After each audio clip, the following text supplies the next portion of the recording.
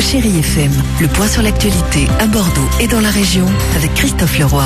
Bonjour à tous, très bon appétit. On commence avec le temps. La météo avec Anacourt, votre formule soutien scolaire. Et ne vous attendez pas à entrevoir les éclaircies ce vendredi en Gironde. Au programme de cette journée, c'est de la grisaille et de la pluie. Eh bien oui, demain le temps va s'améliorer, surtout dans l'après-midi, avec le retour du soleil. Dimanche de nouveau, des nuages et des averses. Cet après-midi, les maximales avoisineront les 12 degrés.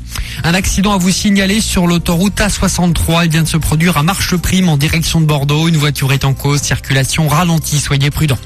L'événement de ce week-end, c'est le coup d'envoi ce soir du 23e Téléthon. 30 heures de programme en direct sur France Télévisions pour aider la recherche sur les maladies rares. L'an dernier, l'opération a permis de collecter 105 millions d'euros. C'est Daniel Auteuil, le parrain cette année. Un marathon télé également présenté sur France 2 par Sophie Davant qui, en plus de 20 ans de présentation, a vu les avancées du Téléthon. J'ai vu le regard sur le handicap évoluer grâce au Téléthon. J'ai vu des prises en charge, des nouveaux métiers inventés comme le technicien d'insertion qui travaille auprès des familles et qui fait la liaison entre les besoins des familles, les pouvoirs publics, l'administration, etc. Et puis surtout, c'était des parents isolés qui se sont regroupés. Donc le fait de se regrouper et de s'entraider et de s'informer et de s'apporter des réponses aux questions qu'on se pose, c'est aussi très important et le Téléthon a servi à ça aussi. Et pour faire vos dons, le 3637, notez qu'un village Téléthon est installé place Péberlan à Bordeaux. L'épidémie de grippe A, depuis ce matin, un nouvel établissement scolaire est fermé en Gironde. L'école maternelle Suzanne Lacor à Lormont.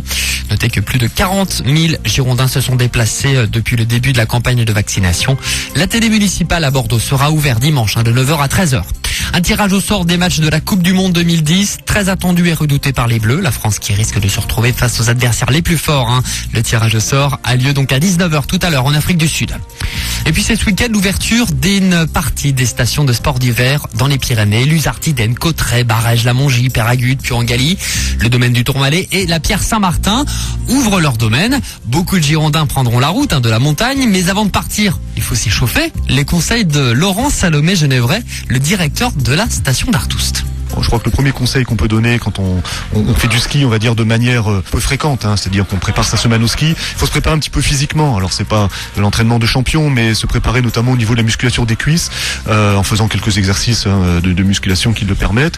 Ça vous permettra de skier, en risquant de moins de vous faire mal, et deuxièmement, de mieux apprécier votre ski en n'ayant pas les muscles tétanisés au bout de 3 virages, donc de mieux profiter. Voilà, justement pour Artoust, il faudra attendre l'ouverture durant les vacances de Noël, et puis Gourette et Saint-Lary repoussent aussi l'ouverture de leur station à cause du